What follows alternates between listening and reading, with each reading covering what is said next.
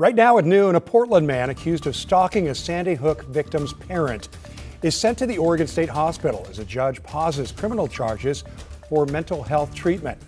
Plus, a landslide that took out part of Highway 229 last week, still impacting parts of the Oregon coast.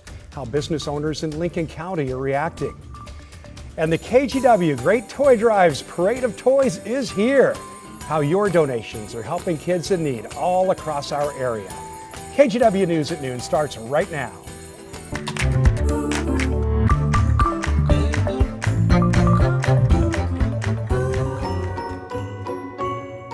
And thanks for joining us at noon today. It is one of our favorite days of the year here at KGW.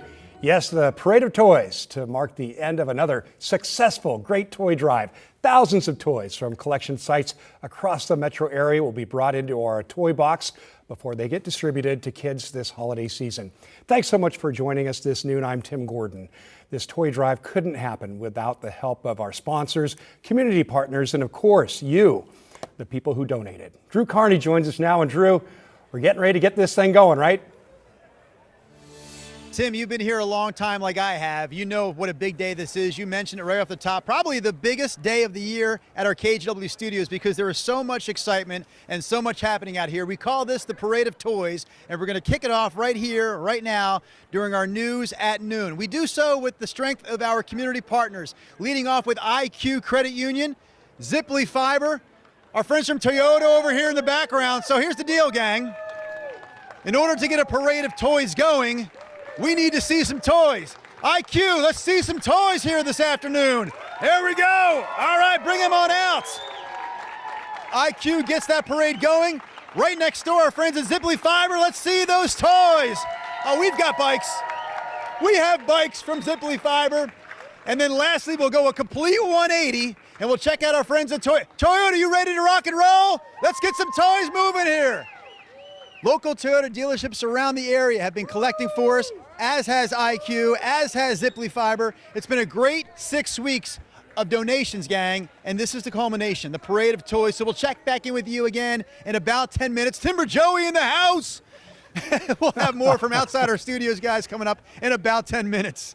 Can't wait, Drew. You couldn't have a better parade leader all these years, Drew. Thanks. All right, you're getting a live look now at Pioneer Courthouse Square. Looking all festive for the holidays, isn't it? Well, meteorologist Rod Hill joins us now. And Rod, it's really not feeling like Christmas temperatures out there. Oh, good grief. You know, yesterday, Tim, 61 was a record. Wow. We're 1 degree shy here at noon of setting another record, and I think we will. Here's a look at what's going on. And notice the elongated fetch of moisture or cloudiness anyway streaming toward us. And here's our next big rainmaker. This will come with a flood watch on Thursday and Friday. More on that coming up. Now, the clouds are streaming in, but since the rain moved out about 8 o'clock this morning over Portland, it's really been mainly dry between Vancouver, Portland, and Salem, and even at the coast, and we expect that to happen throughout the afternoon hours. You see the clouds. There's the Oregon Zoo live camera. Temperatures are crazy mild, 59 degrees in Portland right now. I think we'll get up to 60. That will tie the record for today's date. It's about 8 o'clock that all of a sudden rain becomes likely. Pretty good storm front tonight comes with warnings. We'll talk about that in my complete forecast, Tim, coming up. All right, Rod, thanks very much. I'm going to get to some news now. A Portland man accused of stalking a parent whose child was killed in the Sandy Hook school shooting 13 years ago has been sent to the Oregon State Hospital. In a hearing today, a Multnomah County judge paused criminal charges while that man receives treatment. Thomas Schultz has a story. It took less than 10 minutes Tuesday morning for Judge Nan Waller to send Kevin Purfield to the Oregon State Hospital. Multnomah County prosecutors say Purfield terrorized families who lost children in the Sandy Hook school shooting. Prosecutors say he's also a conspiracy theorist. In 2013, Purfield was convicted of stalking and harassing family members of people killed in a movie theater mass shooting in Colorado. 6 years later, he was convicted again for stalking the then editor of The Oregonian. Now he faces even more stalking charges for harassing an OHSU employee named Robert Parker, whose daughter was killed in the Sandy Hook shooting. Prosecutors say Purfield messaged and called Parker, claiming his daughter was never killed in Sandy Hook. They add Purfield called OHSU multiple times too, asking if Parker was there. Though in court Tuesday, a mental health professional says Purfield suffers from delusions and has refused medication. That led to Judge Waller's decision. And we put the criminal charges on pause while trying to get you treatment so that you can resolve your cases. The defense objected the idea to send Perfield to the state hospital, but did not offer up an alternative plan.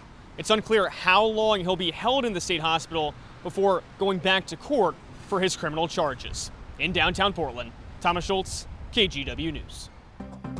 Here's a look at some national headlines this afternoon. Police in Providence, Rhode Island are fanning out to schools to reassure parents, kids, and teachers as investigators search for the Brown University shooting suspect. New video shows what appears to be a man wearing dark clothing near the campus just 2 hours before shots were fired on Saturday. Now a makeshift memorial continues to grow at the university. The son of filmmaker Rob Reiner and his wife, Michelle, there's the video we need, being held in jail without bond with formal charges still pending after the apparent stabbing death of the couple. Detectives are expected to present their evidence to prosecutors today with formal murder charges anticipated for tomorrow. Australia's federal police commissioner says the mass shooting that killed 15 people during a Hanukkah celebration was, quote, a terrorist attack inspired by the Islamic State. Investigators say they obtained evidence that the father and son suspects had Islamic State flags in their vehicle that was seized. And those are your national headlines. A federal judge blocked the Trump administration's efforts to punish states with fines related to food assistance programs. The U.S. District Court for Oregon temporarily blocked the penalties and protected the continued operation of SNAP benefits. Last month, the attorneys general for both Oregon and Washington sued the Trump administration over guidance that attempted to cut off SNAP benefits for tens of thousands of people. A Washington Attorney General Nick Brown said, quote, we will continue to do everything we can to keep this critical program running smoothly so that Washington seniors, children, and people living with disabilities can put food on the table this holiday season. All right, it's time to get back to our parade of toys as we wrap up the KGW Great Toy Drive. Drew Carney, right in the middle of the action, right where you belong, Drew. That's a big day here, isn't it? Can we do a little walking and talking, Tim? Oh, please, I'd love with it. That? You're so I'm good going to bring Kurt Austin, who's a longtime photographer here at KGW, out to the street with me. Kurt, we're going for a walk. Good morning, or good afternoon, I should say. Welcome to live television. Just to get a peek, we'll do this safely, Kurt, I promise you. We'll do this safely. You're in the road. You can start to see, I understand where I'm at, Tim. I've worked here for almost 20 years. Go for it. The line of trucks and vans goes way beyond the 405 freeway. I mean, we are lined up across Jefferson Street into downtown Portland. Yes, good afternoon. Welcome to the Parade of Toys. We've got the U-Hauls, we've got the vans. Our friends at IQ Credit Union, we just unloaded one of their vans. They're about to send in another. So many toys coming in from around the area. Tim mentioned off the top, thousands of toys. We need to up that. There are going to be tens of thousands of toys coming into our studios today. Your donations, our viewers' donations over the past 6 weeks, wherever you may have dropped them off, because we had collection sites all around the region, more than 400 collection sites as a matter of fact. All those collection sites bringing the toys to our studio today.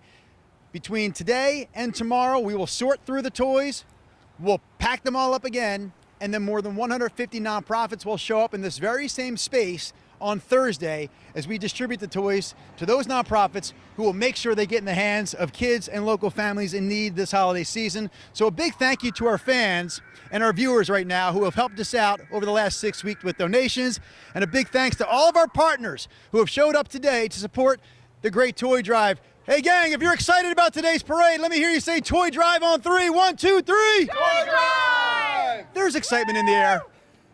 That's it for now. We'll send it back inside to you. Toy Drive, yay. All right, Drew, thanks a lot.